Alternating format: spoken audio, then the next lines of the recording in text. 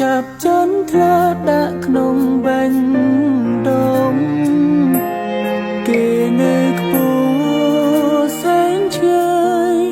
ដៃខ្លីខ្ញុំមិនអាចឈរចិត្តគួចបងបានត្រឹមតែថ្នមក្នុងក្តីស្រមៃតើខ្ញុំគួរតែធ្វើយ៉ាងណាមានអោកាំងបានក្បែរជីវាជាគូកបស្រីឬខ្ញុំគ្មានសំណាងបានត្រឹមតែលួចមើលស្រីគយគុណវងប្រាំងស្រងចរណៃក៏មានក្តីសុខគេជាទេពយុរាចំណែកឲ្យខ្ញុំត្រឹមជាកូនចាប់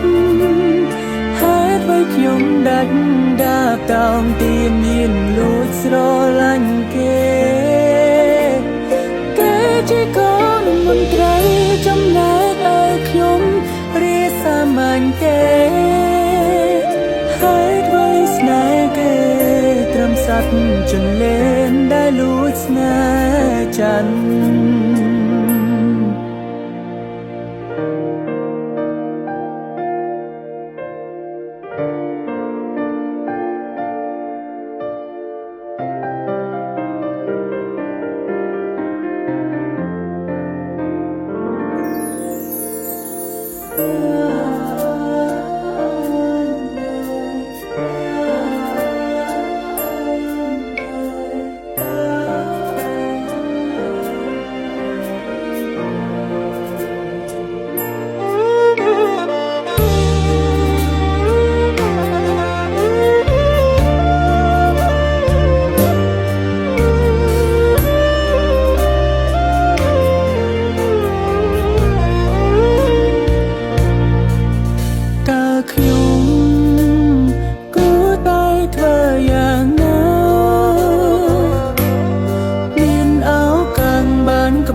ជីវាជាគូកបស្រីឬខ្ញុំគ្មានសំណាងបានត្រឹមតែលួចមើលស្រីគយគុណវងប្រាំងស្រងចរណៃក៏មានក្តីសុខ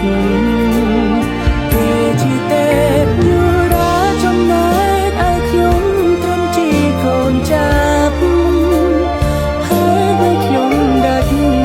តោងទីមានលួចស្រឡាញ់គេជាកូនមន្ត្រីចំណែកឲ្យខ្ញុំរាសាមញ្ញទេហើយអ្វីស្នេហ៍គេត្រឹមសត្វចន្លេនដែលលួចស្នេហ៍ច័ន្ទ